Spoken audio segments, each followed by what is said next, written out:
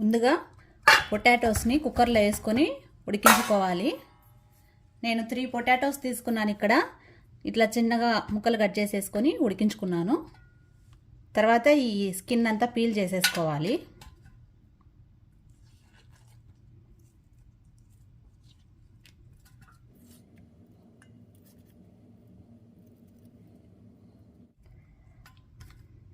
ఈ పొటాటోస్ని ఇట్లా క్రష్ చేసుకోవాలి లైట్గా,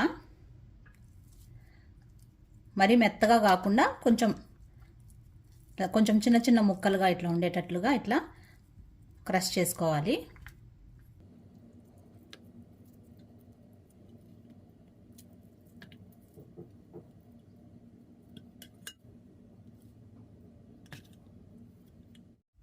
తర్వాత ఒక మిక్సీ జార్ తీసుకొని అందులో నేను 12 పచ్చిమిరపకాయలు వేస్తున్నాను, బాగా కారంగా ఉన్న పచ్చిమిరపకాయలు. అలాగే కొంచెం పుదీనా ఆకు, వచ్చేసి 1 స్పూన్ ధనియాలు, 1/2 స్పూన్ జీలకర్ర వేస్తున్నాను. దాల్చిన చెక్క, తర్వాత 3 లవంగాలు వేస్తున్నాను. కొంచెం సాల్ట్. ఇవన్నీ మిక్సీ పట్టుకోవాలి. చూడండి ఇట్లా క్రష్ చేసి పెట్టేసుకున్నాను. స్మూత్ పేస్ట్ లాగా కాకుండా ఇదో ఇట్లా క్రష్ చేసి పెట్టేసుకున్నాను. స్టవ్ ఆన్ చేసుకొని ఒక ప్యాన్ పెట్టుకొని అందులో 2 to 3 స్పూన్స్ ఆయిల్ వేసుకోవాలి. ఆయిల్ వేడైన తర్వాత ఇందులో ఒక పెద్ద గడ్డ ఉల్లిపాయ తీసుకొని ఇట్లా సన్నగా ముక్కలు చేసుకొని వేసేసుకోవాలి. ఆల్రెడీ నేను పచ్చిమిరపకాయలో సాల్ట్ వేసాను కాబట్టి కొంచెం వేస్తున్నాను. ఇక్కడ కలిపేసుకోవాలి. ఉల్లిపాయ మరి రెడ్గా వేగన అవసరం లేదు, కొంచెం వేయించుకోవాలి. ఉల్లిపాయల్ని ఇలా ఒక 5 నిమిషాలు ఫ్రై చేసుకున్న తర్వాత ఇందులోకి ఒక 1/2 స్పూన్ అల్లం వెల్లుల్లి పేస్ట్ వేస్తున్నాను. అలాగే మనం మిక్సీ పట్టుకున్న ఈ పచ్చిమిరపకాయ కూడా వేసేస్తున్నాను.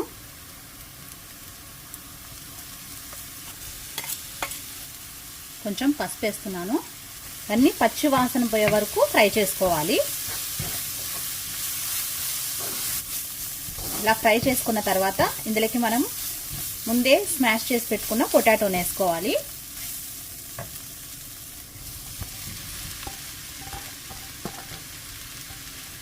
అలాగే ఒక 3 రెమ్మల కరివేపాకు, కొంచెం కొత్తిమీర కూడా ఇట్లా సన్నగా తరిగేసుకొని వేసేసుకోవాలి.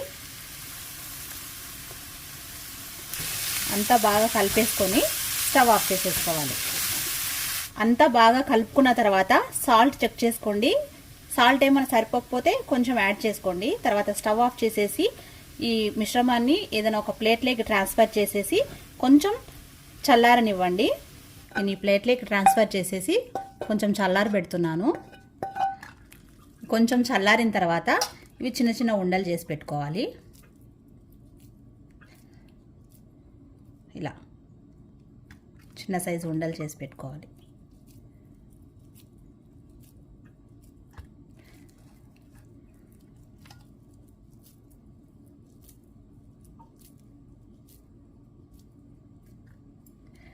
ఇలా అన్ని ఉండలు చేసి పెట్టేసుకొని పక్కన పెట్టేసుకోండి. ఇప్పుడు ఇంకొక గిన్నె తీసుకొని అందులోకి జల్లించి పెట్టుకున్న శనగపిండిని వేసుకోవాలి. నేను దాదాపు 2.5 కప్పు శనగపిండి తీసుకున్నాను. ఇందులోకి కొంచెం పసుపు, కొంచెం సాల్ట్, కొంచెం వంట సోడా వేస్తున్నాను. తర్వాత కొద్దిగా నీళ్ళు యాడ్ చేసుకొని మిక్స్ చేసుకోవాలి.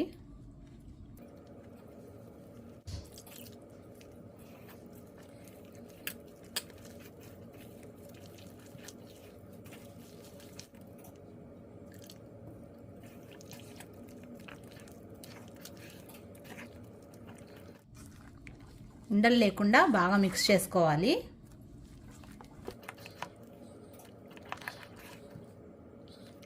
బ్యాటర్ మనకి మరి థిక్గా లేకుండా అట్లా పల్చగా లేకుండా చూడండి ఈ కన్సిస్టెన్సీలో ఉండాలి.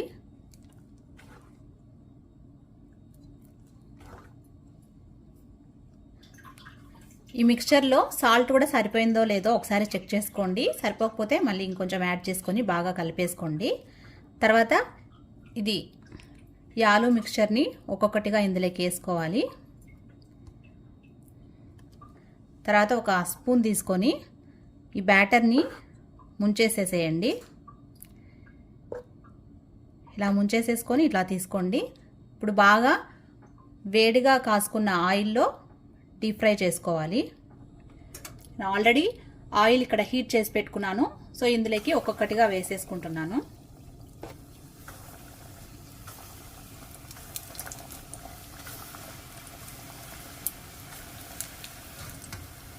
ఆయిల్ వేడైన తర్వాత కొంచెం హీట్ తగ్గించుకొని అప్పుడు ఈ ఆలు బోండాలు వేసుకోండి. గరిటెతో ఇలా కలుపుకుంటూ అన్ని సైడ్స్న ఈవెన్గా మంచి రంగు వచ్చే వరకు ఫ్రై చేసుకోండి.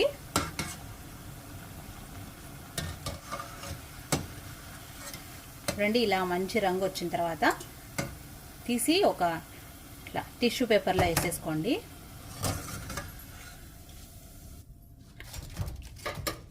అదేవిధంగా మిగతా బోండాలన్నీ కూడా ఫ్రై చేసుకోవాలి.